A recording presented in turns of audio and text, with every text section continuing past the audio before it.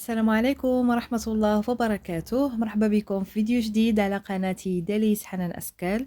نتمنى يا ربي تكونوا كاملين بخير وعلى خير. الوصفة ديال اليوم غتكون وصفة بسيطة سهلة كتجي خفيفة. تحضروها للعشاء، علاش لا، كتجي روعة لا في المذاق ولا في الشكل كذلك.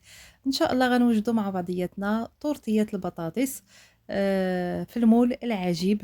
دائما المول العجيب كنحضروا فيه غير الحاجات الحلوه، فهاد المره غادي نحتاجو في هاد الطورطيه، كيجي الشكل ديالها روعه بزاف. غندوزو مباشره للمكونات وطريقه التحضير وفرجه ممتعه. بسم الله على بركة الله. عندي في هاد الاناء 5 د الحبات ديال البطاطا اللي قطعتهم مكعبات صغيره وقليتها في الزيت. ممكن تبخروها، ممكن تحمروها في الفران على حسب شنو كيعجبكم. انا قليتها في الزيت، لكن ضروري تكون نص قليه، يعني ما تجيش محمره. وضعت عليها 4 د الحبات ديال البيض، شويه ديال الربيع، شويه ديال الجبن احمر مبشور. وعندي هنايا 4 المعالق كبارين عامرين ديال الحليب. غادي نخلط مزيان هاد المكونات مزيان. عندي هنايا البطاطا يعني ناشفه، فغادي نزيد بيضه واحده اخرى، يعني عندي هنايا 5 ديال البيضات. ضفت هنايا شويه ديال البزار. انا الملحه ما عملتهاش حيت ديجا عملتها البطاطا في الاول، يعني قبل ما نحمرها. كنخلط ديك المكونات مزيان.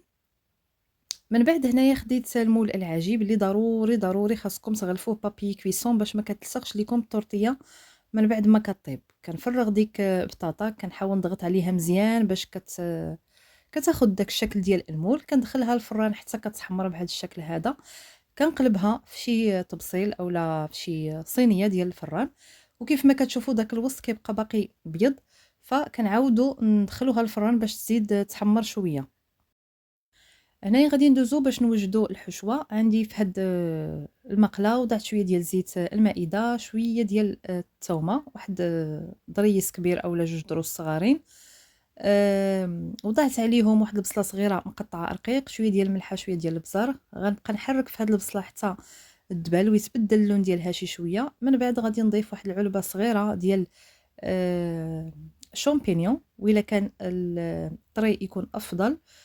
من بعد ما كنوضعوا ديك الشامبينيون، دائما هنايا راه كنحركوا على عافيه اللي تكون مجهده باش ما تطلقش لينا الماء، يعني ديك البصله وهاد الشامبينيون ما يطلقوش لينا الماء.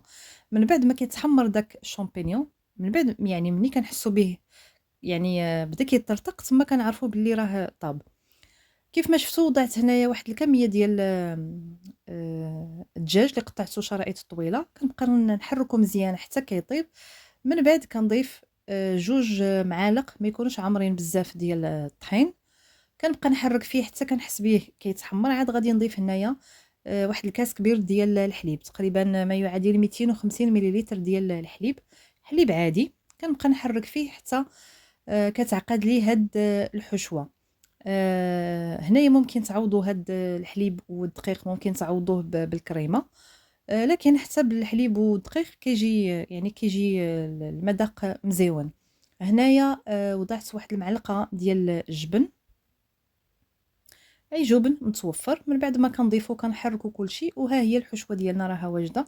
كتجي عاقده بهذا الشكل هذا وكتجي رائعه، كتجي لذيذه بزاف. انا كنوريكم القوام ديالها باللي راها عاقده.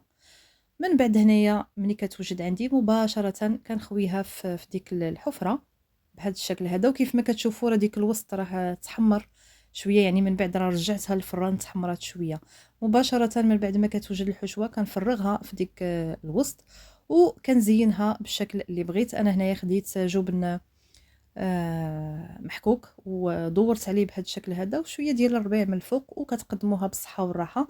كتجي رائعه. شكرا لكم بزاف على حسن المتابعه، وان شاء الله نتلاقاو في فيديو قادم بحول الله، وصفه جديده ان شاء الله. خليت لكم الراحه، في امان الله.